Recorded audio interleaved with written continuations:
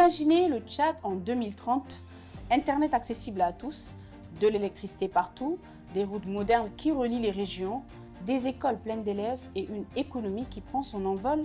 C'est l'ambition du plan national de développement baptisé Tchad Connexion 2030.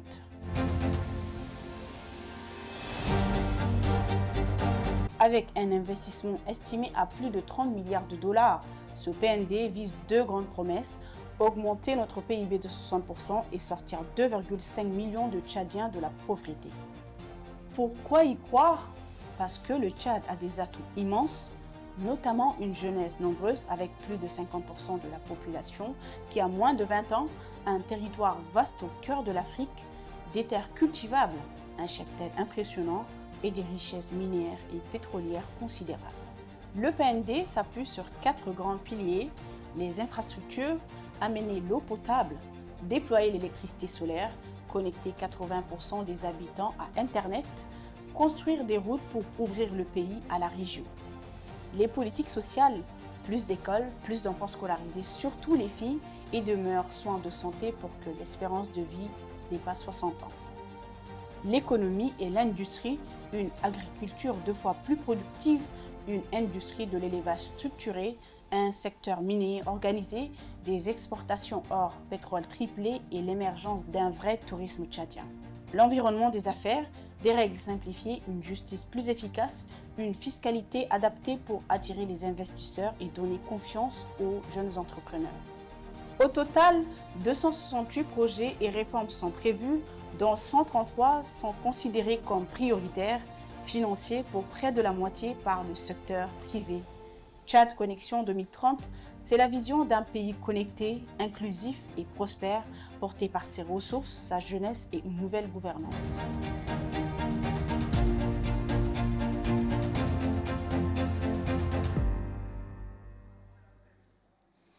Mesdames, Messieurs, bonsoir. Monsieur le ministre d'État, ministre des Finances, du plan de l'économie et de la coopération internationale, par ailleurs président du comité d'organisation de la table ronde du programme national de développement, Mesdames et Messieurs les membres du gouvernement, Monsieur le conseiller à la communication du président de la République, Mesdames et Messieurs les directeurs généraux des services de l'État, chers confrères journalistes, bonsoir et bienvenue à tous à cette conférence de presse dédiée exclusivement à l'organisation de la table ronde du plan national de développement 2030 Tchad Connexion qui se tiendra du 10 au 11 novembre 2025 à Abu Dhabi, aux Émirats arabes unis. Notre conférence de presse va commencer avec un liminaire du ministre d'État. Ensuite, nous allons passer aux échanges, c'est-à-dire les questions des journalistes et les réponses du ministre d'État.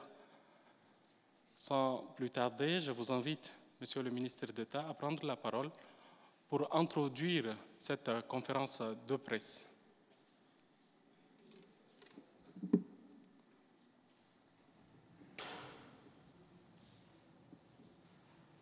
Madame, Monsieur, Madame la ministre, Mesdames, Messieurs les ministres, Mesdames, Messieurs, chers collaborateurs, Mesdames, Messieurs, chers dirigeants responsables de la presse nationale, je voudrais tout d'abord vous remercier d'être venus nombreux comme à chaque fois, comme lors de la dernière fois, à ces points de presse au cours duquel nous voulons vous donner l'état des préparatifs et aussi l'espérance que le gouvernement nourrit par rapport à ce lancement du plan national de développement Tchad Connexion 2030. Tout d'abord, comme vous le savez, le comité d'organisation, depuis sa mise en œuvre, s'est éclaté en quelque sorte en divers groupes thématiques. Ces groupes ont bien travaillé.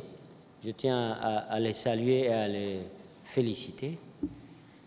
Les groupes thématiques plutôt techniques ou sectoriels qui ont travaillé avec les ministères, les agences gouvernementales, mais aussi avec beaucoup de partenaires techniques et financiers et des opérateurs économiques privés et nationaux et internationaux. Ensuite, nous avons le groupe thématique protocole qui est sur Abu Dhabi, qui travaille avec nos amis émiratis, mais aussi avec nos divers partenaires et agences de communication et de consultation. Et nous avons le groupe thématique communication, dont vous, la plupart d'entre vous, sinon tous, vous faites partie, qui a fait un excellent travail. Donc je voulais vous féliciter. C'est vous qui avez porté la voix de ce plan national de développement. C'est vous qui avez porté à un niveau de communication exceptionnel, une espèce de communion nationale autour de ce plan national. Et tout cela a été amplifié également par le fait que ce plan est porté de manière claire et totale par le chef de l'État, le maréchal Mohamed Idriss Déby. Donc le gouvernement dans son ensemble, le Premier ministre, sous les orientations du chef de l'État, la Chambre de commerce, le patronat, l'ensemble de nos opérateurs économiques, l'ensemble de la société canadienne en quelque sorte, s'est mobilisé pour que ce plan réussisse. Et j'espère que ce sera le cas. Il sera lancé le 10 et 11 novembre à Abu Dhabi, où les travaux d'organisation se déroulent déjà. Nous avons enregistré, au titre des invitations, plus de 2000 confirmations de plus de 70 nationalités. L'ensemble des organisations multilatérales de financement international dans lesquelles nous sommes partis, que ce soit qui se trouvent, dont les sièges sont aux États-Unis, en Europe, en Asie, en Afrique et en Afrique centrale, mais aussi l'ensemble des organisations sous-régionales de la CEMAC, du SILS et des autres organisations dans lesquelles le CAD, dont le CAD est membre. Ça a aussi été une grande mobilisation dans nos représentations diplomatiques en Inde, en Chine, en Égypte, aux Émirats, bien sûr, en France, même en Russie, en Belgique, donc un peu partout. Donc l'ensemble de nos ambassades ont fait un travail de diplomatie économique qu'il faut saluer aussi. Et divers ministres, nos collègues ministres, moi-même j'ai eu le privilège avec le ministre en charge de l'eau, le ministre en charge du commerce, la ministre déléguée à l'économie. On a été à Washington, on a essayé de faire de notre mieux pour porter le message du CAD, le message d'espérance, le message de développement, le message d'ouverture au privé et au monde, le message de présentation, de révélation en quelque sorte du vrai potentiel du CAD. Et l'ensemble de mes collègues, que ce soit ceux des Affaires étrangères, que ce soit les ministres de l'Agriculture, de l'élevage, du tourisme, la ministre du Pétrole, de l'Urbanisme, le ministre de l'Environnement qui est ici avec nous, l'ensemble des ministres, dans tous leurs déplacements, ont vulgarisé. Le ministre de l'Enseignement supérieur qui a été en Inde, une grande délégation qui a été en Arabie Saoudite et au Koweït, la ministre ici, le ministre en charge de l'urbanisme, des infrastructures, le ministre en charge de l'éducation, et le Premier ministre lors de son séjour aux Nations Unies, et les chefs de l'État par ces divers canaux et dans ces rapports avec les organisations internationales et les pays amis, a fait ce qu'il faut pour que ce rendez-vous, le rendez-vous du 10 et du 11, soit un rendez-vous remarquable, un rendez-vous de succès. Donc, le reste, on le découvrira ensemble le 10 et le 11. Je pense que nous allons commencer à écrire la belle histoire, comme je vous disais la dernière fois. Donc, merci beaucoup. Le PND, c'est augmenter la croissance, augmenter la richesse nationale, en faisant quoi? En mettant en valeur notre potentiel. Notre potentiel, c'est quoi? C'est que nous avons des terres arables, 30 millions d'hectares. Nous avons du bétail, plus de 150 millions de têtes. Pour ce, dans le cadre de l'élevage, si je puis dire, nous avons de la viande à vendre, nous pouvons produire du lait, mais nous importons aussi beaucoup de produits vétérinaires. Et il nous faut aussi produire des aliments pour le bétail. Pour l'agriculture, nous ambitionnons d'augmenter, de doubler la production agricole. Tout cela est prenable et faisable. Notre haut potentiel, c'est les mines aussi. Nous avons beaucoup de mines, que ce soit les agences comme les agences gouvernementales comme la SONAMIC, les ministères. Il y a eu aussi beaucoup d'invitations sur vos plateaux. Les responsables des agences gouvernementales, des sociétés d'État, des ministres se sont présentés, des secrétaires généraux des ministères ont présenté beaucoup sur divers secteurs. Donc dans les mines, il y a des choses à faire. Au niveau du pétrole, il faut accélérer, augmenter le niveau de recherche et d'exploration, parce que l'avenir dans le secteur du pétrole, c'est par la recherche et par l'exploration. Tout cela, tous ces différents secteurs feront l'objet des signatures de contrats, des accords, des partenariats, des mémorandums. Hein? Donc, il y en a beaucoup, que ce soit dans le secteur de l'élevage, par exemple, il y a un ensemble de projets qui vont être mis en valeur et qui vont faire l'objet de signatures. Production de produits vétérinaires, production de mise en place des abattoirs, accélération de la mise en place des abattoirs, industrie de tannerie, hein, chaîne de valeur élevage, lait, viande, voilà. Pour l'agriculture, signature des accords pour la production du riz, ici à N'Djamena-Fara, hein, avec un soutien fort à la population locale. Et dans d'autres, nous pensons qu'on ira vers la canne à sucre, probablement. Et aussi, installation d'usines de production d'équipements agricoles, de production d'engrais. Hein, pour ne parler que de cela, les divers ministres et responsables détaillent au fur et à mesure ces sujets. Au niveau de l'économie numérique, il y a une grande mobilisation et réflexion qui est en train d'être faite autour de la SOTEL, mais également autour de la question de la fibre optique. Nous allons signer des accords avec les privés pour construire la fibre vers le Nigeria et vers l'Égypte via la Libye, pour ne pas être tributaire de la seule fibre qui va vers le Cameroun. Au niveau des infrastructures routières, nous allons avoir des engagements, en tout cas une grande mobilisation des agences et des banques multilatérales de développement et aussi des institutions multilatérales africaines de financement du développement. Il y en a plus de 10 qui vont financer les études, d'autres qui vont financer la réalisation des routes. Nous avons la question de la navigabilité sur le lac Tchad. Nous allons avancer à ce sujet. Il y a la question de l'eau. Nous allons mettre en place une plateforme de financement de l'eau. Dans ces pays comme le Sénégal, la Côte d'Ivoire, récemment au Togo, il y a des plateformes, c'est-à-dire que les partenaires sont organisés, ils savent travailler sur les questions de l'eau. À chaque fois, ils financent et parfois, ils ont mis ça en place il y a 20 ans, 15 ans. Donc pour nous, il est temps de faire ça. Il y aura des grands projets d'eau.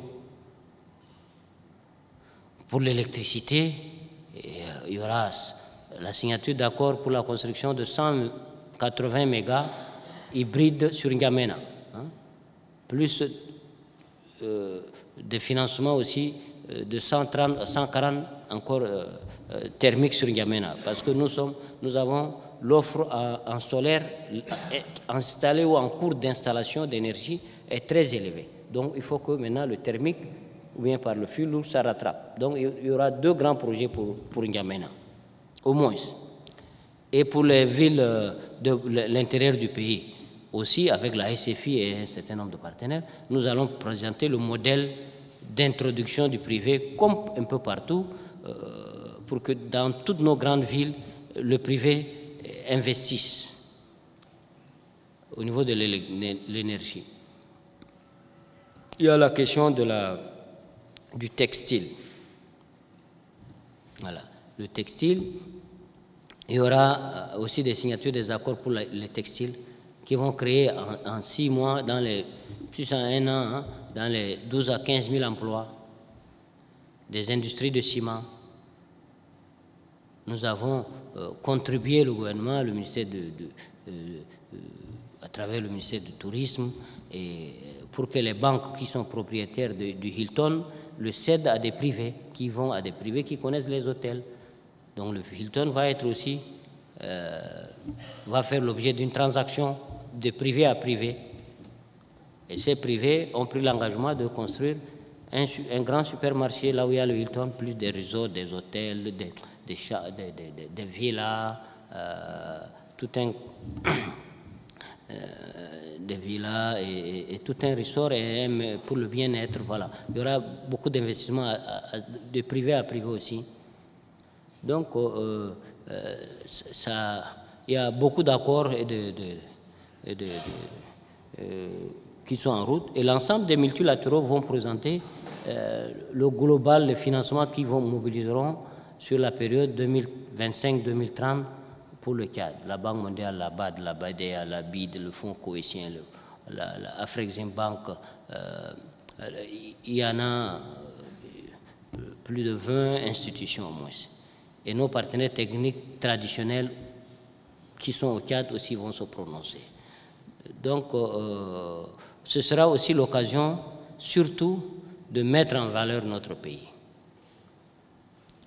de parler en mieux et de ressortir toute la richesse extraordinaire qu'a notre pays, culturelle, touristique, humaine, avec une population jeune et nombreuse, un pays au centre de l'Afrique, donc il y a des ports secs, hein? Il y a d'autres compagnies aériennes qui vont venir. J'espère qu'Emirates va faire une ligne directe N'Djamena à Dubaï. Donc c'est l'ensemble de ces sujets qui vont être discutés, préparés dans les jours qui viennent.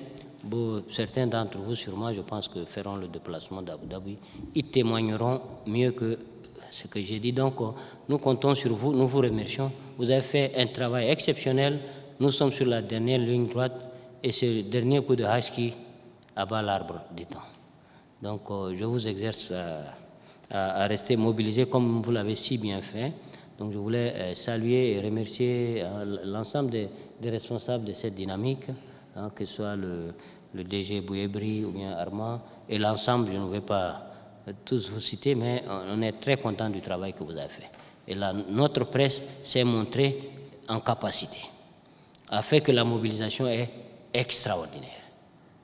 Très peu de pays auront fait peut-être un PND, hein, aussi réussi. Mais je ne vais pas vendre la peau de l'ours avant de l'avoir tué, comme on dit. Hein? Merci beaucoup. Donc, s'il y a des questions, on est volontaire à apporter les réponses. Merci beaucoup, Monsieur le ministre d'État. Avant de donner la parole à mes confrères, j'aimerais moi-même d'abord vous poser une question. Oui, allez-y. La charité bien ordonnée commence par soi-même. Comme j'ai déjà la parole, je vais enchaîner. OK. Alors, Monsieur le ministre, en voyant un peu la communication de l'autre côté d'Abu Dhabi, on parle plutôt d'un forum de commerce et aussi d'investissement entre les Émirats arabes unis et le Tchad. Est-ce que c'est plutôt la table ronde est plutôt bilatérale ou bien c'est organisé justement par le Tchad, comme son nom l'indique, Tchad Connexion 2030? Donc, merci beaucoup. Disons qu'on aurait pu aller à Abu Dhabi, hein, ou bien à Dubaï, ou bien comme on a été à Paris, louer un hôtel, organiser nous-mêmes. C'est une affaire tchado-tchadienne. On invite qui on veut et les partenaires, voilà. Ça pouvait rester aussi. C'est aussi une façon de voir. Hein. Celui-ci, il est co-organisé. Nous avons voulu sciemment co-organiser. Pourquoi? Le chef de l'État a voulu que les Tchadiens s'inspirent de la réussite d'Abu Dhabi et de Dubaï. Quand vous prenez 50 ans, il y a 50 ans, cette région, cette partie du monde avait moins d'atouts que le Tchad aujourd'hui. C'est un pays de caravaniers, de bergers, de chameliers comme le Tchad. C'est un pays de pêcheurs comme le Tchad. Hein? C'est un pays de bédouins comme le Tchad un peu. Et qui a de désert. Nous avons le désert avec ses charmes, ses atouts, mais nous avons aussi la savane et la zone plutôt boisée qu'eux, ils n'ont pas. Nous avons plus de pluviométrie. Nous avons un territoire beaucoup plus grand. Nous avons une population beaucoup plus nombreuse. Donc, s'ils ont réussi, ben, il faut qu'on s'en inspire. C'est aussi ça. Il y aura 2 vidéos qui vont être présentées. Ils vont présenter les trajectoires, la trajectoire des Émirats. Comment ils ont évolué. Et aussi une vidéo sur l'espérance du Tchad, à l'entame de la présentation. C'est pour qu'on s'en inspire. On ne va pas aller s'inspirer là où ça ne marche pas. Et quand le fait que nous nous plaçons au même niveau que les Émirats pour organiser. Voilà, nous co-organisons et ils nous ouvrent aussi tous leurs carnets d'adresses aussi. C'est un pays de capitalistes. C'est un pays de grands commerçants, de tradition commerçante, comme un peu le cas d'une bonne partie. Mais les forums sont organisés, beaucoup de pays du monde. Hein. Les États-Unis, ils partent là-bas. Hein? Je ne peux pas. Vous avez vu, les États-Unis, tout le monde va dans cette zone parce que c'est un monde où il y a beaucoup de capital, où il y a beaucoup d'investisseurs, où les gens sont curieux, où les gens ont accepté de prendre des risques, des bons risques. Donc, il nous appartient de leur montrer tout le potentiel. Nous avons des finances publiques assainies, de plus en plus. Nous avons une notation qui est quand même acceptable dans notre sous-région, une notation souveraine. Nous avons un niveau d'endettement qui est acceptable. Nous avons un niveau de paix et de sécurité et de sérénité acceptable. Et raisonnablement acceptable. Donc c'est le moment d'aller dire voilà ce que nous sommes. Voilà ce que nous avons. Nous demandons à ce qu'il y ait des investisseurs et les Émiratis, mais pas que, on ne va pas inviter que les Émiratis. Il veut dire on a plus de 70 nationalités. Et plus de 800, en dehors des Tchadiens, plus de 800 à 1000 personnes viennent d'autres pays que des Émirats à l'intérieur. C'est aussi ça. Donc, et le forum, le cadre pour eux. Tu ne peux pas dire à quelqu'un qu'on organise, mais que c'est mon nom seul qui apparaît. Hein, donc on met, il y a un forum qui se tient. Dans le cadre de ce forum, nous présentons le PND. Mais on ne présente que le potentiel du Tchad. On ne présente pas le potentiel d'autres pays. Et nous avons la chance aussi, je pense, d'autres pays, peut-être de très hauts responsables, sinon des premiers responsables, d'autres pays qui vont aussi être là. Hein? Viennent pour nous soutenir, d'autres pour voir ce qu'on est en train de faire, parce que les gens ils voient qu'est-ce qui se passe au Tchad. Hein? Donc, c'est multilatéral, c'est co-organisé, et c'est bien dit dans les lettres d'invitation. Je pense que beaucoup ont reçu les lettres d'invitation. C'est co-organisé, c'est co-présidé, voilà. Mais nous montrons nos atouts, ce qu'on appelle la loi de l'offre et de la demande. Nous, on a des besoins d'investissement, Il y en a qui ont des capitaux qui cherchent où investir. Mais ils ne veulent pas investir dans des pays risqués. dans des pays en guerre, dans des pays où ça ne marche pas, où c'est compliqué. Donc nous partons avec tous nos atouts, tous nos charmes. Hein? Voilà. Merci. Maintenant, oui.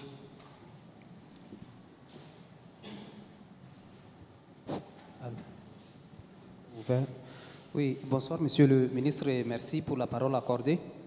Tout au long de la communication faite autour de ce PND, vous nous avez dit que vous êtes un homme optimiste et vous nous avez rassurés et emballés dans cet optimisme-là. Et si nous avons fait une communication, c'est grâce à votre manière de communiquer. Mais ça ne m'empêche pas d'avoir une certaine idée comme ce que les médecins appellent l'effet indésiré d'un produit. À l'exploitation du pétrole, le gouvernement tchadien a fait une communication comme si avec l'exploitation du pétrole, la vie de tous les Tchadiens allait changer, le Tchad allait être un pays développé et autres. Quelques années plus tard, ce même gouvernement est venu dire que c'était une erreur de penser que le pétrole allait résoudre tous les problèmes des Tchadiens. Avec la communication qu'on fait autour de ce PND-là, est-ce que ça ne risque pas à un moment, à un niveau donné, de créer cette même situation-là? Est-ce que le PND, tel qu'on le voit et tel que les Tchadiens le perçoivent, ne risque pas de décevoir une frange de la population? C'est ça ma question. Disons que les gens font beaucoup de procès à notre pétrole. Moi j'essaie de... J'ai été nommé DG Trésor en début 2005. Hein? Quand j'étais arrivé, peut-être que le Trésor n'a pas encore encaissé en total même 20 milliards de recettes pétrolières. C'est le tout début, parce que ça a commencé vers octobre 2023. Donc, à l'époque, voilà, on avait...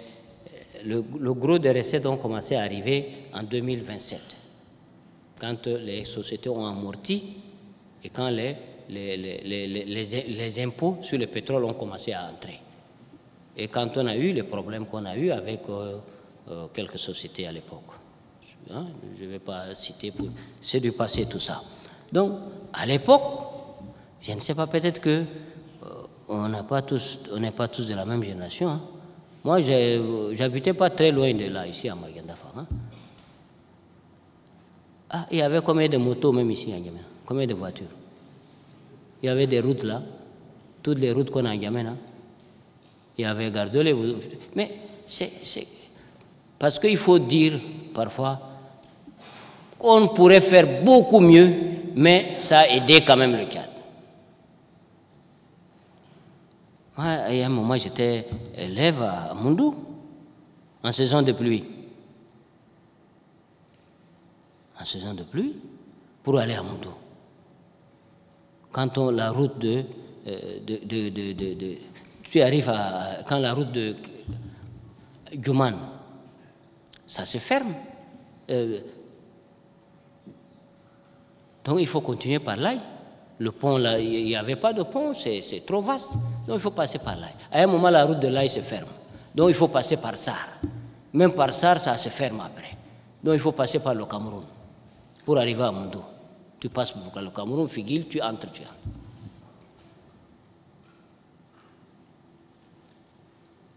Donc quand je vois les gens, j'étais en 2005, de septembre, octobre, novembre, j'ai eu la chance de faire tout le tour du Tchad en 3 mois. J'étais DG du Trésor. Je connais un peu le pays là. Nous venons de très loin. Les gens disent que non, le pétrole n'a pas fait ça. Mais comment ça, le pétrole n'a pas trouvé? Le pétrole a beaucoup fait quand même.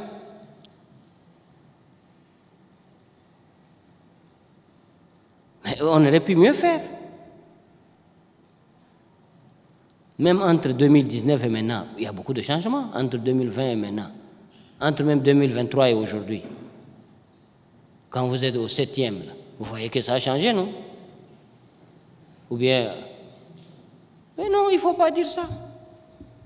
C'est pourquoi moi, je regarde souvent ce qui a marché. Et il faut se battre pour que ça marche. Parce que les gens dans leur tête, ils mettent que... Je connais certains pays pétroliers, même peut-être en Afrique centrale. Ils ont le pétrole depuis 50 ans. Mais allez-y voir. Et venez voir N'Djamena. Allez-y à Moundou. Je connais bien Moundou. Non, non. Voilà. Le PND, est-ce dans ce qu'on dit? Nous avons beaucoup de bétail. C'est vrai ou faux? Nous avons beaucoup de terres.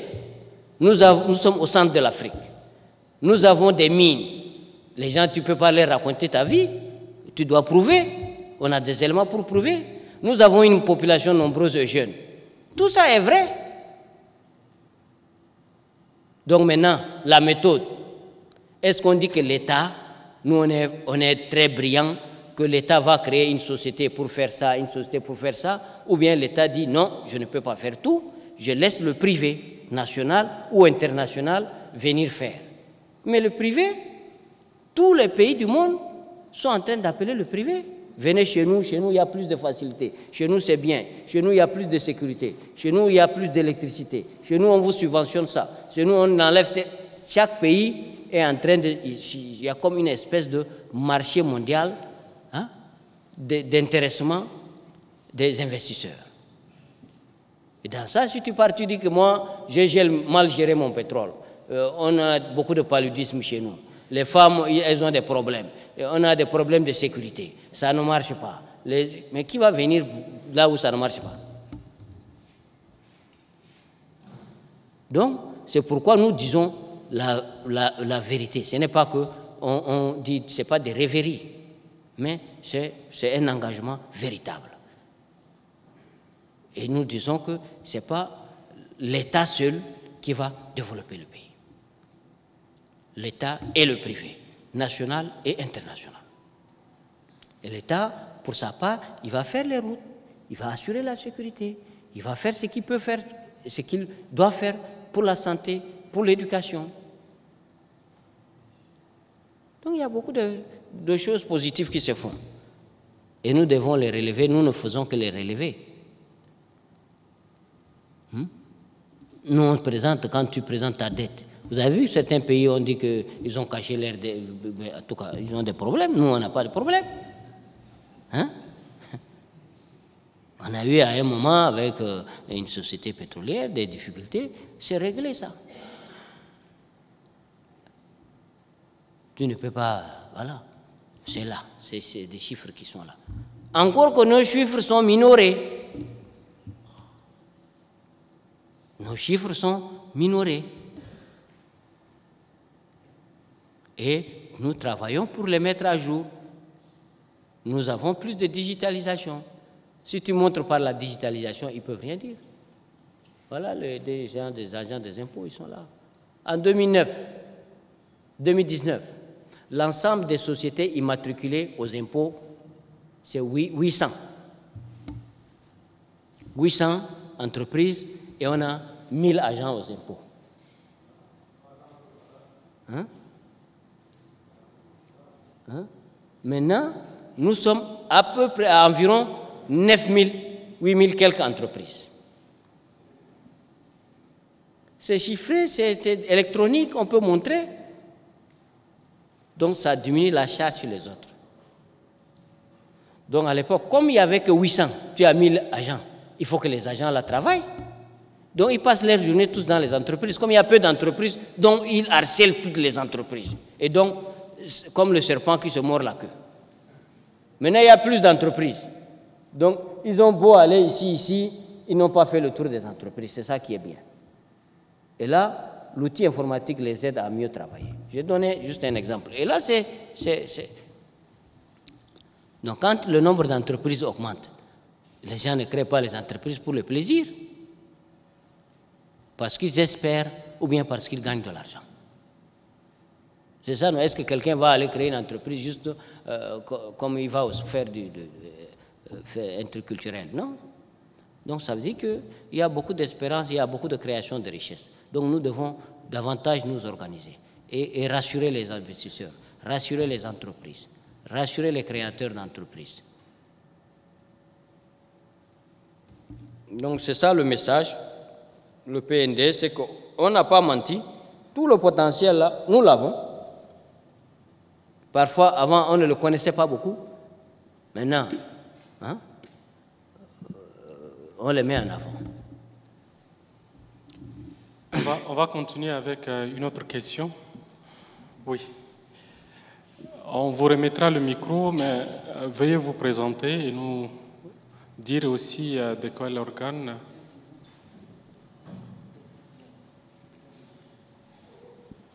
Bonsoir à tout le monde.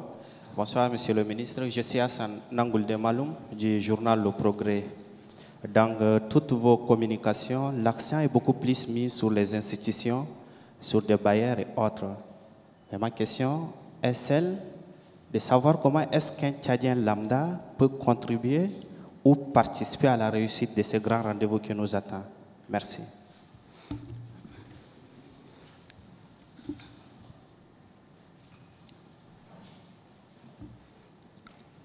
Voilà, il y a beaucoup de façons de faire. Je vois beaucoup de jeunes qui sont mobilisés sur les réseaux sociaux. Beaucoup de jeunes qui soutiennent. Il y a quelques petits qui combattent aussi.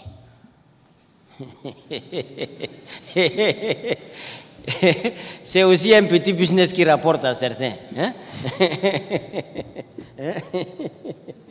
Donc il y a beaucoup qui se battent. Et ce que vous faites là, c'est ça qui fait la Russie. Il faut parler positivement de son pays. Il ne faut jamais, parce que ce que tu dis du mal de ton pays, ça te rattrape, ça rattrape le pays. Et il n'y a pas de pays de substitution. Les gens, ils vous regardent. Les gens, il faut être fier de son pays. C'est ça, la réussite. Être exemplaire. Être sérieux. C'est ça. Quand tu es sérieux, tu as de l'éthique. Quand même un petit travail, tu le fais bien. Tous ces ministres ou bien vos responsables, là, mais ils ont commencé les choses comme ça. On ne devient pas comme ça. Peut-être il y en a que, mais on ne devient pas comme ça. C'est petit. Quand tu es dans une entreprise et que tu es stagiaire, le chef de service va te dire, va faire la photocopie. Si tu fais ça bien, tu lui amènes ça. Mais à chaque fois qu'il veut faire des photocopies, il va t'appeler toi, non? Ou bien il va appeler l'autre qui perd les choses en route. Ou bien il salit ça. Mais c'est comme ça que PTP. Je vous permettez une petite anecdote. Hein? On en connaît. Moi, j'ai fait, après mes 2 ans à la fac, à l'université à Yaoundé, j'ai fait un stage à la Cotonquiat, à Mondou, à Cotonquiat, au département de contrôle de gestion, pour ceux qui connaissent un peu la Cotonquiat. Le directeur, appelé Dumtangar, peut-être que lui, il le connaît, le défunt avec Timbe, qui était son adjoint et tout ça. Moi, j'étais jeune stagiaire, donc tout ce qu'on me dit de faire, je fais ça bien. Très bien, très bien, très bien. Donc, le jour où j'ai fini, je dois rentrer. J'ai fait déposer mon rapport. Ils ont signé.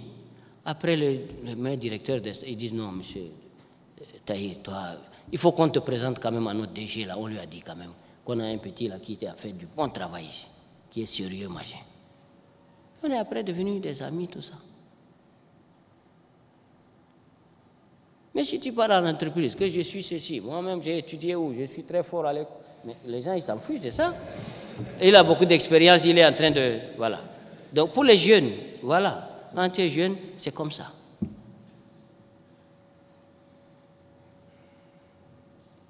Quand j'ai fini, moi j'ai commencé mon stage à la BTCD ici. Il y en a qui sont au courant ici. Le secrétaire général, tout ça, c'est des Français.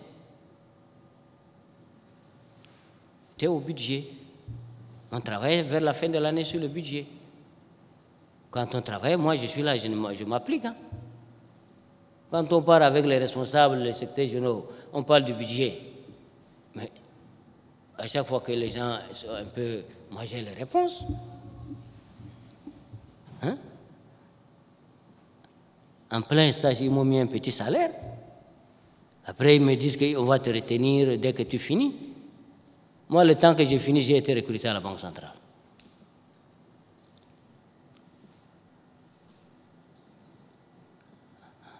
Donc pour les jeunes, là, c'est comme ça. Il n'y en a pas que non, nous on est les jeunes de vraiment, sinon on va casser les choses ou on insulte les gens. Non, il faut être sérieux, il faut travailler. Il y a des choses qu'on donne aux gens qui crient, qui font du bruit. Il y en a ce qu'on donne la confiance à ceux qui travaillent. Il y a beaucoup d'agents, tout ça, qui travaillent, qui ne font pas... Voilà, c'est comme ça, quand tu es jeune. Et si un expatrié ou bien quelqu'un d'international, il vient, il travaille avec un jeune Cadien. Même s'il part ailleurs, il a tendance à vouloir que le Cadien là le rejoigne, non? Même vous-même. Même vos propres enfants. C'est lui qui est sérieux. Si vous avez un travail sérieux à faire, c'est lui que vous appelez. Mais celui qui casse tout, il est machin, vous n'allez pas l'appeler. Donc, c'est d'être sérieux pour les jeunes et d'aimer son pays et de soutenir le PND. Hein? Ou bien, même s'il ne s'occupe pas du PND, il n'a qu'à mettre les bonnes choses sur le cadre. Une belle image sur le cadre et une bonne histoire sur le cadre. Il n'a qu'à faire. Donc, si nous tous, on est plus de 20 millions, 20 combien de millions même, selon les dernières estimations du recensement en cours, on doit être dans les 23-24 au lieu de 19 là. Nous sommes au centre de l'Afrique, donc nous avons des rapports avec le Nigeria, avec le Cameroun, la Centrafrique, le Soudan, la Libye, le Niger. Hein? Donc nous avons la langue arabe, nous avons le français. Donc ça fait quand même une capacité de résonance plus importante que beaucoup de pays. Et c'est un pays stratégique. On a beaucoup d'atouts. Et donc, il faut être fier de ça. Oui. Voilà.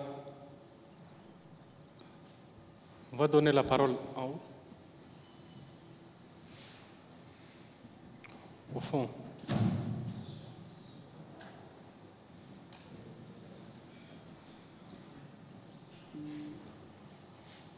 Assalamu alaikum.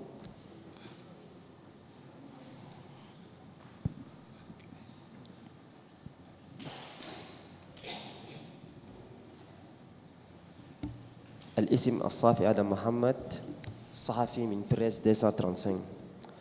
السيد الوزير، أنا عندي سؤال وسؤال ما مني أنا أصلا من الجمهور.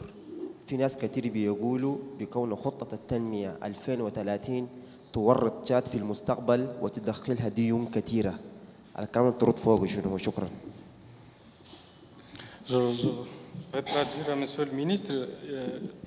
Il dit il a une question et cette question, ce n'est pas sa question, mais tout le monde se pose. Il dit beaucoup de Tchadiens se posent sur le fait que le PND nous mettra en difficulté parce que nous partons chercher de financement et ces financements seront des dettes. Que dit Monsieur le ministre? Peut-être qu'on n'a pas bien expliqué encore. Peut-être nous, c'est peut-être notre faute. Hein? Quand vous prenez le PND, vous voyez le cadre macroéconomique. C'est-à-dire que l'évolution, comment on voit l'évolution de notre dette. Notre dette va rester autour de 32, 33, 34% par rapport au PIB. C'est-à-dire que, rendu à 2030, nous partons avec un niveau de dette qui ne doit pas varier. Pourquoi? Parce que nous comptons sur le privé. Si quelqu'un il vient, il fait le riz ici, en quoi est-ce que l'État s'est endetté? Le ministre de l'Agriculture, il y a des gens qui veulent faire des riz. Il va signer un accord là à Abu Dhabi. Sur 5 000 hectares, ils vont faire 100 000 tonnes de riz par an. 100 000 tonnes de riz, ça fait 25% de notre production nationale actuelle. Hein? La production actuelle de riz est de 400 000 tonnes. Hein? C'est ça, non? La production nationale de riz, voilà, c'est de 400 000. Il faut regarder. Les cultures vivrières, globalement, on est autour de 3 millions de tonnes. Si nous arrivons à 3 500 000, on est autosuffisant, on doit même aisément exporter. Hein? Donc, le riz seul va combler peut-être le gap, s'il y a gap, hein, encore qu'on discute souvent avec mon collègue de l'agriculture. Hein? On n'est pas souvent d'accord que est-ce qu'on est autosuffisant ou pas. Donc, avec 100 000 tonnes de riz sur juste 5 000 hectares, mais on a 30 millions d'hectares. Sur ça, nous ne nous endettons pas un franc. À côté de ces 5 000 hectares à N'Djamena-Fara, il y a 3 000 hectares que les populations exploitent. Souvent, elles ont des problèmes d'eau d'irrigation. Les privés s'installent, ils produisent, mais ils donnent aussi l'eau à la population. Pour que la population irrigue et la population aussi fasse du riz. Et elles vont aussi amener les techniques, comment faire et tout ça pour aider la population à faire. Et avec disons, quand ils font le riz, avec tout ce qui reste, ils vont produire de l'électricité avec ensuite. J'ai donné un petit exemple. Donc, pour les 46% de ces 30 milliards, nous, l'État ne s'endette pas. Le reste, c'est d'abord, on a les partenaires multilatéraux. Pour le moment, avec la Banque mondiale, on est, je ne vais pas donner les chiffres, mais on est à plus de 2 milliards voilà, sur 5 ans. Mais ça, c'est des dons. Avec la BAD, il y a une partie des dons. Il y a des prêts aussi qu'on appelle des prêts concessionnels. On rembourse sur 30 ans, sur 40 ans. Quand on dit aux privés d'installer, par exemple à Béchier, à Sar, à Bongor, comme aujourd'hui à Mongo, de faire de l'électricité et de vendre à la population, est-ce que l'État s'endette? L'État ne s'est pas endetté là.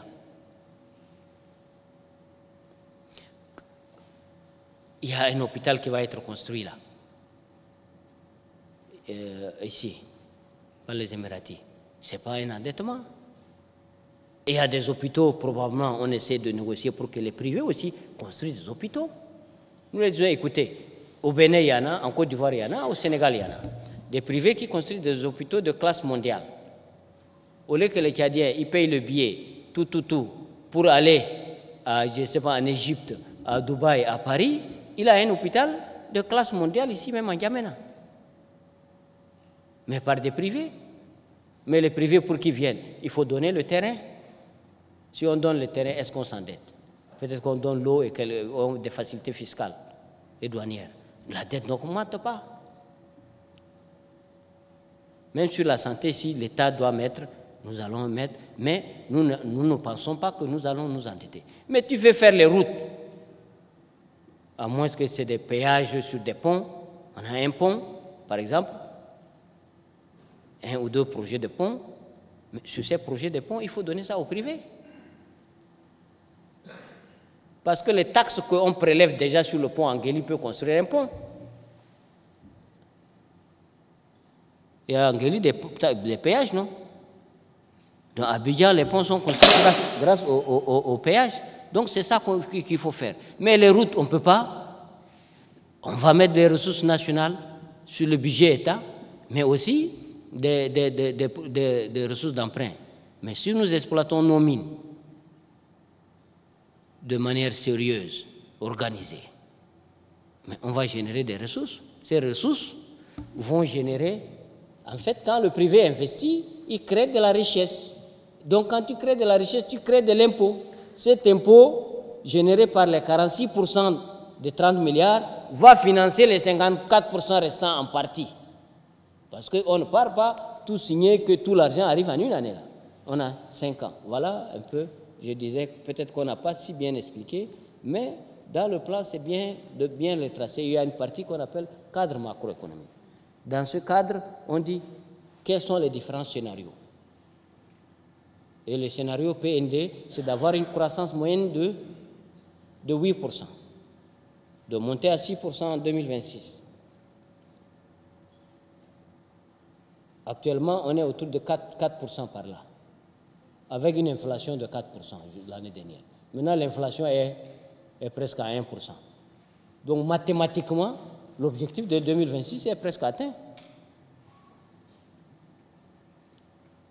Pour les statisticiens, c'est qu'on a la croissance. Quand on dit le taux de croissance, il est brut.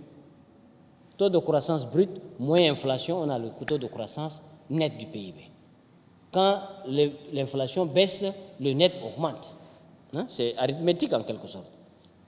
Donc, c'est des débats un peu techniques peut-être, hein, vous avez soulevé, mais évidemment, si nous nous endettons dans des traits non concessionnels dans tous les sens, tu vas endetter le pays. Ce n'est pas ça les orientations du plan, ce n'est pas ça les orientations du chef de l'État. Jusqu'à maintenant, nous sommes le pays le moins endetté d'Afrique francophone, rapporté au PIB, et même en nominal. Ça, c'est un fait. Donc, pourquoi subitement on va changer là? Je ne pense pas. Nous avons la bonne dynamique et créatrice de richesse, d'impôts et de capacité d'investissement. Voilà, donc je ne sais pas si j'ai répondu à mon ami. Là. Le ministre a été long, il a compris, je pense. On va passer à une autre question. Film ta wala genou.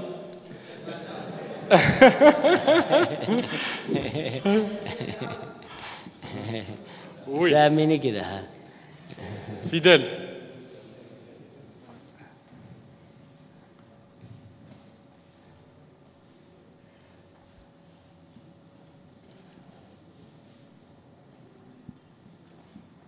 Merci beaucoup. Monsieur le ministre, les Tchadiens ambitieux voudraient bien partager votre optimisme, que je qualifierais même de contagieux. Lorsque vous aurez organisé la table ronde avec succès, que feriez-vous pour faire réduire les effets des nuisances des intermédiaires qui polluent le climat des affaires au Tchad? Donc, je vais reprendre votre question. Hein, parce que c'est important ce que vous dites. Que feriez-vous pour réduire les nuisances des intermédiaires qui polluent le climat des affaires?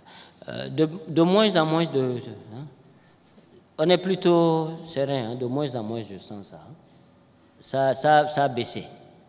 C'est pourquoi il y en a qui combattent là. Il y en a qui n'aiment pas la transparence. Ils n'aiment pas, voilà, qui...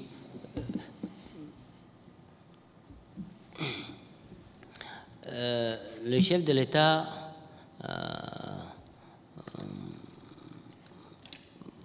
il faut lui rendre ce qu'il a fait. Hein. Sur ces quelques années, il a une capacité de suivi de réformes importantes. Les réformes politiques sont importantes. On a eu une transition avec beaucoup de réformes. Hein. Ce n'est pas qu'il n'y avait pas de nuisances. Des nuisances plus fortes que celles d'intermédiaires. Hein. Hein, je pense, hein, moi j'étais peut-être beaucoup plus sur le front des finances, d'économie, mais je voyais comment, de loin je me dis, hein, donc nous comptons sur sa grande mobilisation. Il est très mobilisé sur le PND. Il y aura un cadre d'exécution du PND, avec un haut comité stratégique d'orientation présidé par le chef de l'État, avec un comité interministériel, avec les ministères qui sont très impliqués et les agences gouvernementales d'exécution, plus les unités de projet. Il y aura une unité d'appui à la mise en œuvre pour aider ou bien à faire un peu la collecte, pour savoir faire un peu le reporting et suivre. Il y aura aussi un investment board. Investment board, c'est des privés nationaux et internationaux qui vont se réunir au moins une fois par an avec le chef de l'État. Et à ce moment, comme c'est des privés, si nous qui sommes au niveau de l'État, nous leur créons des soucis, ils vont lui dire. Ou bien si on a un modèle de fonctionnement qui est différent de ce qui se fait de mieux ailleurs, ils vont lui dire aussi. Ils vont aussi nous dire, peut-être que parfois nous faisons sans ça le savoir. Donc c'est tout ça réuni. Et je pense qu'il y a un déclenchement de prise de conscience. Je vois beaucoup d'enthousiasme aussi parmi les Tchadiens. Et beaucoup aussi, les gens commencent à avoir confiance en eux-mêmes. Mais comment on a tout ça et nous on est bien? Mais c'est ça. Le chef d'État à Rome a dit dans son discours, nous ne commandons pas. Nous faisons des partenariats avec qui il veut. Avec les Émirats, avec qui, avec tel autre, avec l'Inde, la Chine, la France, tous les pays du monde, et tous les privés, et nationaux et autres. Et celui qui ne veut pas aussi, il n'y a pas de problème. Personne n'est obligé de commercer avec nous. Donc, c'est d'être pragmatique. Et on va se battre. On va se battre pour qu'il y ait plus de transparence, pour qu'il y ait plus de communication, pour qu'il y ait aussi régulièrement un suivi. J'espère que quelques projets vont se mettre très rapidement.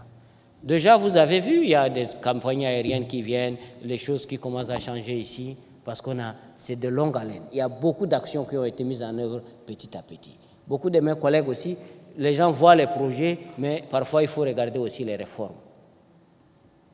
Hein? À l'ANI, avant, tu as une entreprise. C'est tous les combien d'années tu viens encore payer de l'argent? Hein? Tu as créé une entreprise. Est-ce que tu dois encore aller recréer pour dire que je suis des histoires de fonctionnaires? Les fonctionnaires mettent les droits ici, les droits de passage, les droits de ceci, les barrières. Hein? Donc tout ça est en train d'être démantelé. Tout le monde voit les barrières des brigades sur les routes.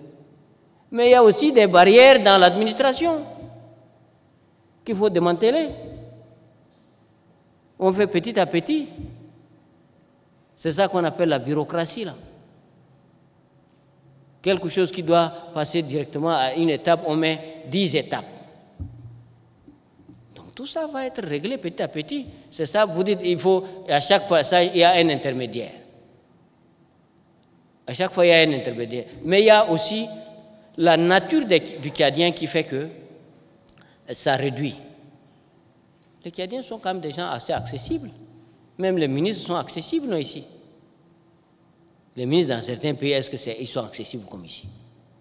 Pour voir dans certains pays les ministres, ou bien les DG, vous faites une demande d'audience. Ça met même une semaine. Tu viens même si tu n'es pas habillé de telle manière, tu n'entres pas.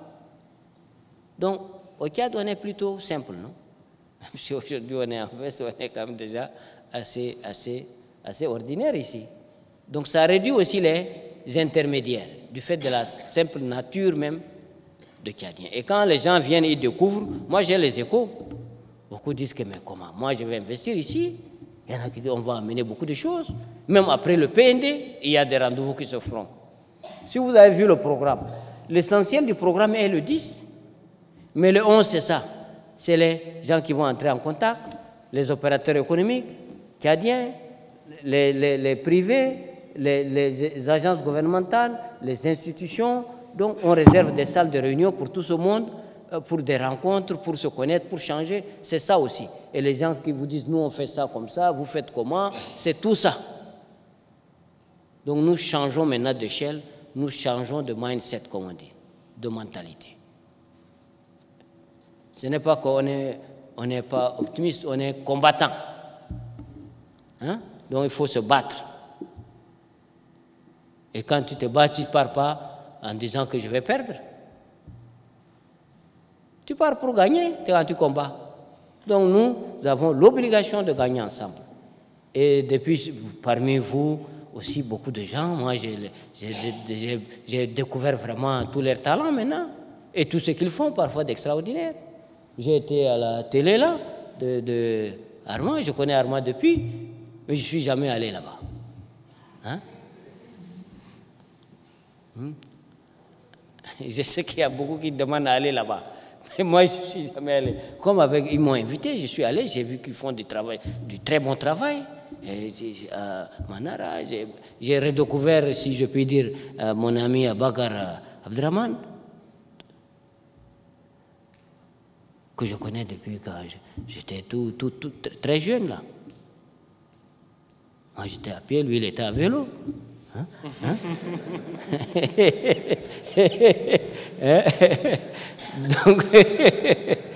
Hein? Donc ça a fait beaucoup de plaisir. Ça. Nous allons continuer une dernière question. Hein? Oui, au milieu. Au milieu. Oui, allez-y.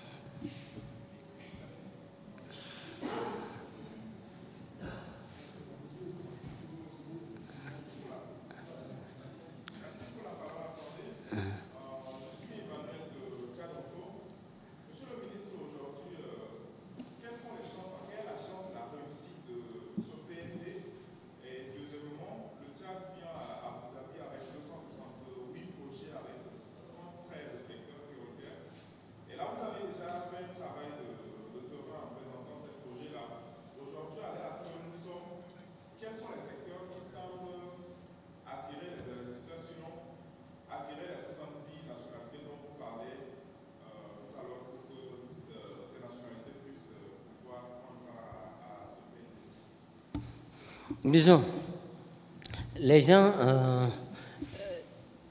on n'a pas... C'est des gens de divers secteurs.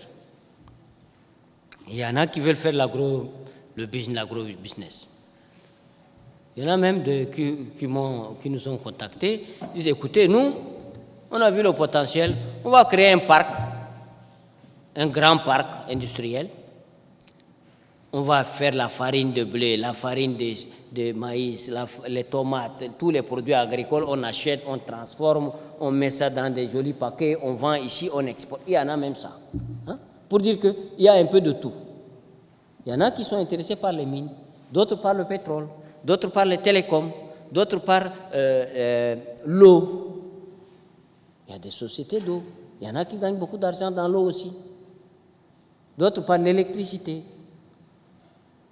Hein? D'autres par les routes. Donc il y a un peu de tout dans tous les secteurs. D'autres veulent faire des industries. Il y a même des toutes petites industries de 200 millions, 100 millions, des petites unités de transformation, hein? Qui fait même les cure-dents. Hein? Une petite unité pour faire des cure-dents, ça coûte combien?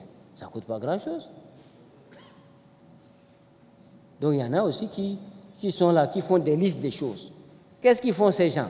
Moi je demande, quand je les vois, il y a beaucoup que je reçois, vous voyez, non? Donc certains, je dis, mais vous faites comment? Ils disent que non, nous on se change en habit un peu ordinaire comme ça, on marche dans les marchés de N'Djamena pour voir ce qui se vend là-bas. C'est ça que les Tchadiens ont besoin de ça. Qu'est-ce qui se vend? Et ce qui se vend là, qu'est-ce qui est fabriqué localement? Quand ce n'est pas fabriqué localement, ils essaient de voir est-ce qu'il y a la matière première. Et si on importe la matière première, comment on va faire? C'est comme ça qu'ils sont en train de faire. Donc tout ce qui est dans nos marchés est susceptible de fabrication locale. Il y en a qui veulent faire, disent écoutez, vous avez beaucoup d'arachides. Nous faisons, la production moyenne. On est passé à 1 million de tonnes d'arachides. Hein? On est maintenant autour de 800 000 tonnes d'arachides. Hein? Je parle sous le contrôle du ministre de l'Agriculture. Au Sénégal, ils sont à 1 million de tonnes. Le Sénégal est considéré comme une économie arachidière, avec beaucoup de sociétés d'huile.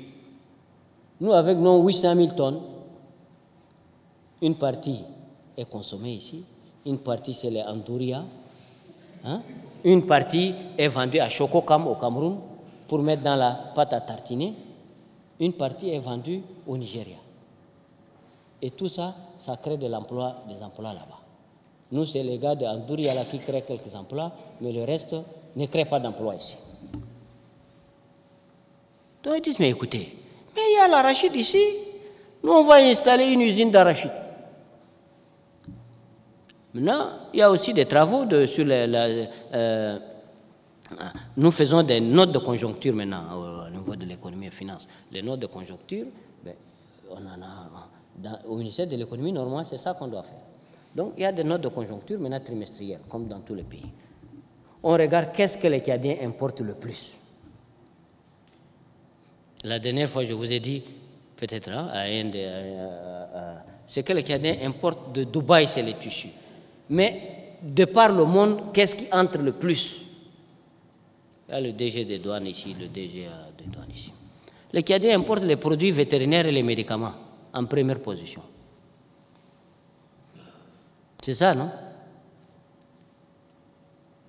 Donc, on a 150 millions de têtes de bétail. Donc, le marché par excellence des produits vétérinaires, c'est au Tchad. Maintenant, les privés ont dit, venez faire les médicaments pour le bétail. Mais pas pour le bétail, pour les êtres humains, les humans, hein, comme on dit. Donc là aussi, il y en a. Les gens ont dit, voilà nos statistiques, il y a beaucoup de médicaments que nous importons, y compris les feralgan, les trucs, les antipaludiques, tout ça. Il y a de l'argent à se faire. Donc les privés, ils voient ça, ils vont faire ça ici. Premièrement, nous sommes en sécurité parce que s'il y a une rupture où aucun pays ne peut nous mettre la pression, si on a nos médicaments ici, en tout cas. On a nos médicaments qui vont être fabriqués ici. ces médicaments vont générer de l'emploi local. Et dans les autres pays, c'est comme ça. Les enfants vont être formés à travailler dans des labos, dans des ceci. Ils vont avoir une culture industrielle et c'est comme ça qu'on va se développer. Hein? Donc, l'optimisme, c'est du réalisme. Voilà. Donc, Monsieur le ministre d'État, à la veille de l'organisation de la table ronde, Fitch et Rating, on a vu le rapport. Le Tchad est noté à B- avec perspective stable. Quelle lecture vous faites-vous de disons cela? que... Est-ce qu'on est encore toujours optimiste? Voilà, donc c'est la troisième fois qu'on est confirmé. Vous voyez les notes. Je ne dirais pas tout. Il y a beaucoup de pays dont la note a baissé. Beaucoup de pays, y compris, je ne vais pas citer. Hein. Donc, il ne faut pas que mes collègues s'énervent après des autres pays quand ils me voient. Donc, beaucoup de pays, les notes ont baissé. Nous, on a travaillé. Hein. Les Tchadiens, dans leur ensemble, ont travaillé. La note, pour qu'elle baisse, il faut qu'il y ait des changements. On découvre qu'il y a de la dette, ou bien on découvre qu'il y a une augmentation des charges de l'État, des charges incompressibles surtout, ou bien une diminution très grave des recettes, ou bien de la croissance. Donc, tous ces scénarios ne sont pas là. Nous avons un accord avec des très bons rapports avec tous nos partenaires, au premier rang desquels le FMI, la Banque mondiale, la BAD, hein, et tous la BID. Nous avons des bons rapports, nous avons des bonnes relations avec tous nos pays voisins. Nous avons une économie qui marche. Nous n'avons pas de troubles sociaux, des troubles politiques ou bien sécuritaires. Et nous sommes à la veille du lancement de notre PND. Donc, les partenaires, les agences indépendantes de notation ont maintenu ça. Nous espérons qu'elles vont rehausser ça. Hein? Peut-être dans 6 mois, la prochaine notation c'est dans 6 mois, ou bien dans 1 an, ou bien dans 1 an et demi, au vu des résultats de ce que sera le PND, mais aussi de la maîtrise globale du fonctionnement de l'État et de ses charges. Hein? Plus un État, ces charges incompressibles, là aussi, pour un peu, quand les charges incompressibles d'un État, les charges incompressibles, c'est les charges vraiment incompressibles. Ces charges, quand elles montent, ça veut dire que cet État, à un moment, s'il est coincé, il va augmenter les impôts et les taxes sur le reste de la population pour financer les fonctionnaires. Et donc, quand un État commence à augmenter les charges des fonctionnaires, ça veut dire qu'à terme, il doit ponctionner sur la population et sur l'économie. Donc les investisseurs disent que ces pays-là, c'est un pays de fonctionnaires et de taxes, hein, et de droits de douane. Tu ne peux pas vouloir que les droits de douane et les taxes soient bas et que les salaires, disons le train de vie de l'État, c'est qu'on dit, voilà, que le train de vie de l'État augmente. Si le train de vie de l'État augmente, à un moment, l'État va augmenter les taxes, la pression, fatiguer tout le monde. Et là, les entreprises ne vont pas venir. Les investisseurs, ils vont fuir. Et jusqu'à maintenant, on essaie de stabiliser. Pendant la période de transition, au début de transition, il y avait beaucoup de difficultés. Il faut stabiliser les gens. Les fonctionnaires étaient un peu mécontents. Parce qu'à l'époque, il n'y avait pas les moyens, on a coupé les salaires de 50%. Il faut rattraper. On a rattrapé. Hein? On a donné tous les droits. Évidemment que la masse salariale a augmenté. C'était le prix de la paix. Maintenant, on a la paix. Donc, on doit faire l'économie maintenant. Donner à la population. Faire venir les entreprises. Hein? Voilà, la notation, c'est ça. La notation, ce n'est pas de prendre des mesures brusques, augmenter les trains de vie de l'État, aller à gauche, revenir à droite. là, la notation va baisser. Mais pour le moment, on est stable, donc il n'y a pas de... Merci, Monsieur le ministre d'État. Nous arrivons déjà à la fin de cette conférence de presse. Peut-être on prendra une dernière question. Mohamed Moumin. الاسم محمد مؤمن من منارة للإذاعة والتلفزيون. السيد الوزير، مشاريعكم طموحة، ولكن دوما تتحدثون عن الاستثمار في الموارد الطبيعية، l'investissement sur les ressources naturelles، ولكن يعني لم تتحدثون عن الاستثمار في الإنسان، بناء الإنسان. Vous savez que, Monsieur le ministre, le Japon, l'un des pays qui ne possède pas de ressources naturelles, il s'est concentré entièrement sur les humains. Actuellement, ils sont, comment dirais-je, les pays les plus prospères au monde. أنتم لم تتحدثون عن الإنسان. Oui, voilà.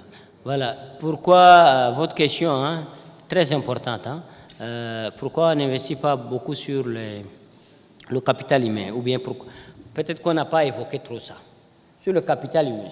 C'est-à-dire, le capital humain est le point central du PND. C'est l'élément le plus important, c'est le capital humain. Il y a de richesse que d'hommes. Hein?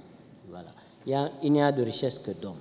Sur le capital humain, déjà, avec le ministère de l'Éducation nationale, vous avez suivi quand on était à Washington, dans le cadre du GPE. GPE, c'est le partenariat global pour l'éducation. Disons, porté par la Banque mondiale. Et le groupe de coopération de fonds arabes, c'est-à-dire le multilatéral arabe, ils ont mobilisé pour 2 pays en Afrique, le Tchad et le Cameroun. Le Tchad aura 160 millions de dollars. Une partie, c'est un don, une partie, c'est un prêt. Cet argent va servir à faire quoi? Sur les 5 ans, d'ici 2030, de construire 745 écoles dans les 23 provinces. 745 écoles plus quelques lycées, écoles primaires plus quelques lycées. Ça, c'est le capital humain, non? Nous aurons le projet Relance avec la Banque mondiale. C'est 500 écoles primaires. Ça a été signé à Nouakchott. La ministre déléguée était représentée le Tchad pour signer sur le Tchad, Banque mondiale et Mauritanie. Il y a des lycées techniques qui vont être inaugurés en début d'année prochaine, là, qui sont finalisés là. Hein, ce matin, le ministre de l'Éducation nous informait de ça. Des lycées techniques, des collèges sur N'Djamena. Il y a aussi le ministre de l'Enseignement supérieur était en Inde, je pense que vous avez suivi, avec une fondation qui a des universités en Inde. Tous les documents sont prêts pour créer une université polytechnique. Scientifique, polytechnique, robotique, tous ces nouveaux métiers, plutôt techniques, qui peut contenir jusqu'à 12 000 étudiants par phase, progressivement, avec de la formation professionnelle, privée, qui va coûter par étudiant la même chose pratiquement que ce que coûtent les écoles privées qu'on a ici, plus ou moins. Ou bien à Yaoundé, à Douala. On a des milliers de Tchadiens qui vont là-bas. Mais une école de dimension mondiale, ici au Tchad, qui va enseigner les enfants sur les métiers techniques.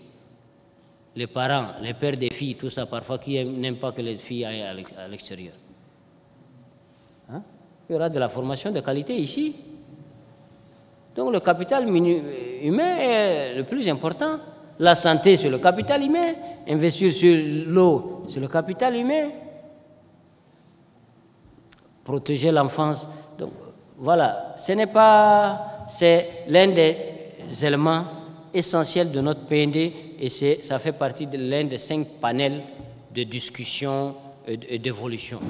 Et on veut intéresser davantage de sociétés privées. Nous avons des Turcs qui ont des écoles ici. C'est ça, non? On a une école soudanaise, une école française, une école turque. Peut-être que les Émiratis aussi peuvent ouvrir des écoles. Ils ont des groupes qui créent des écoles un peu partout en Afrique. privés, primaires, secondaires, lycées, tout ça. Pour qu'il y ait plus d'offres. Donc, le capital humain est au cœur du PND, hein, avec beaucoup d'écoles qui vont être créées, des milliers là. Peut-être 1000 quelques, 2000. Ça, c'est hors budget déjà, État en tant que tel. Et nous pensons que l'État, les collectivités décentralisées, les privés nationaux, beaucoup de gens créent. Et dans le PND, c'est de dire que tous nos curricula, tous les livres qui sont utilisés au Tchad, il faut les digitaliser et les mettre sur une plateforme. Si un parent veut, il s'envoie ça par WhatsApp. Les livres de n'importe quelle matière dans n'importe quelle classe. Hein? Et les tablettes qui sont plus... Voilà. Comme ça, avec une tablette, tu as tous les livres du Tchad, du programme scolaire au Tchad. Donc, voilà, le capital humain, il est au cœur du PND. Voilà. C'est essentiel, vous avez raison. On a tendance à ne pas trop parler de ça. Justement, Monsieur le ministre d'État, et par rapport à cela, je reviens encore pour dire, à la veille de l'organisation du PND, mais on entend des préavis de grève et de grève. Que dites-vous à ces fonctionnaires, surtout au niveau de l'éducation et de la santé? Disons que moi, je convoque toujours l'histoire. 2019, j'étais arrivé aux finances, les salaires étaient la moitié. Le salaire de tout le monde était la moitié de ce qu'il perçoit aujourd'hui. Et en plus de ça, peut-être 6 000 ou 7 000, je n'ai pas les chiffres, des histoires de diplômes qui n'est pas compatible, machin, les agents ont été sortis du système. Ils ne gagnaient pas de salaire. On a rétabli tout ça. On a rétabli les salaires. On a fait tous les arriérés à gauche, à droite, on a payé tout ça. On a signé un pacte. Mais maintenant, vous ne pouvez pas empêcher. Vous ne pouvez pas empêcher. Quand je parle, ils vont dire que non, mais est-ce que c'est vrai ou c'est faux ce que j'ai dit? On a augmenté les salaires. La masse salariale est passée, on a beaucoup recruté. La masse salariale est passée de 250 milliards à 700 milliards. Hein? Donc, mais après, on m'a dit que les gens, comme il y a le PND, il faut gâter ça. Je ne sais pas, les enseignants, ils ne sont peut-être pas dedans, mais il y en a qui font ça. Je ne dis pas qu'eux spécialement, ils sont dans ça, mais... Donc moi, j'ai appris à me battre. Hein? Donc tous mes collègues ici, là, chacun fait ce qu'il sait mieux faire. Les syndicats, ils savent aussi ce qu'ils font. Nous aussi, on fait ce qu'il faut. Il y a des négociations entre le gouvernement et les syndicats. Même aujourd'hui, je pense qu'il y a des discussions. Je pense qu'ils vont revenir à la bonne réalité. Nous faisons de notre mieux le gouvernement. Hein? Et les enseignants, c'est des... Moi, mon père était enseignant, d'abord. Donc la condition enseignante, c'est bien de s'en occuper. Depuis combien d'années? Tous les inspecteurs de l'éducation, c'est l'année dernière. On leur a acheté, le gouvernement a acheté les véhicules. Depuis les projets 6e FED, pour ceux qui ne se rappellent pas, c'est depuis les années 92-13 que les inspecteurs n'ont pas eu de véhicules. À l'époque, ils avaient des Suzuki. Ah, donc, à peine les inspecteurs, ils ont les véhicules, ils vont en grève comment? Hein?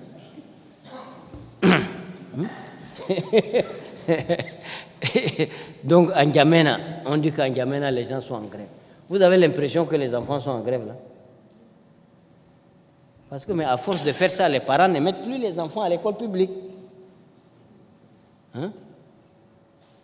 Et comme le niveau de vie globalement des Tchadiens augmente, petit à petit, ben, personne, ici dans cette salle, on a les enfants, ici, là, il y a beaucoup qui ont leurs enfants à l'école publique.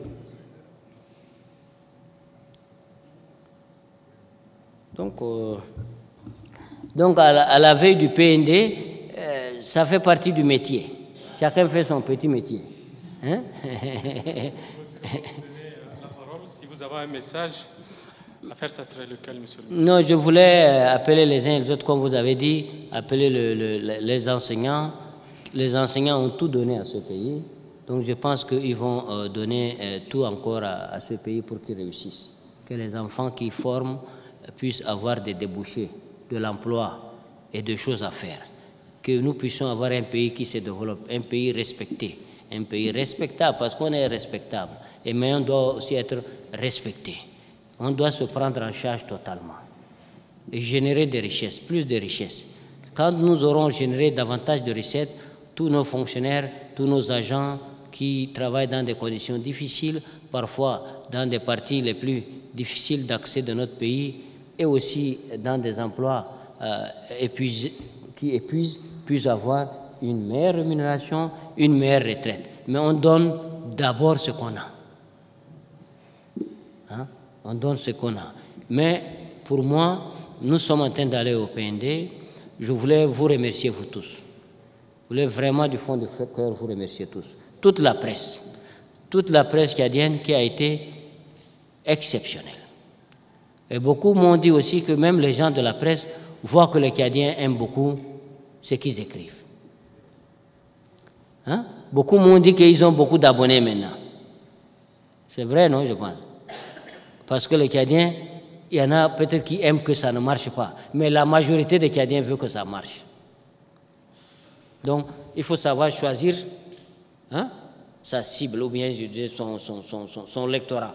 La majorité des Tchadiens veut que ça marche. C'est pourquoi les articles, les publications qui sont positives reçoivent beaucoup. Les Tchadiens sont maintenant attentifs. Ils commencent à avoir beaucoup confiance en eux-mêmes. Et c'est normal, parce que nous avons tout le potentiel. Il nous reste la volonté, il nous reste l'engagement. Et l'engagement du chef de l'État a été très clair. Et il est total, il est entier. Et c'est ça qui fait que les Émiratis, ils sont aussi impressionnés par son engagement et par sa volonté et par le potentiel du Tchad. Et nous allons là-bas pour confirmer ça. Donc, merci à vous tous, merci à mes collègues, mesdames, messieurs les ministres, surtout les ministres sectoriels, ceux qui portent ces projets. C'est eux qui portent ce projet, nous sommes des supports pour eux. Et nous essayons de leur apporter tout notre appui, tout notre support et comment organiser ça et comment vendre avec eux à leur côté les projets qu'eux ils portent. Eux et leurs équipes, les secrétaires généraux, les directeurs généraux, les directeurs techniques, les responsables d'agences gouvernementales, des sociétés d'État, tout le monde a été parfait.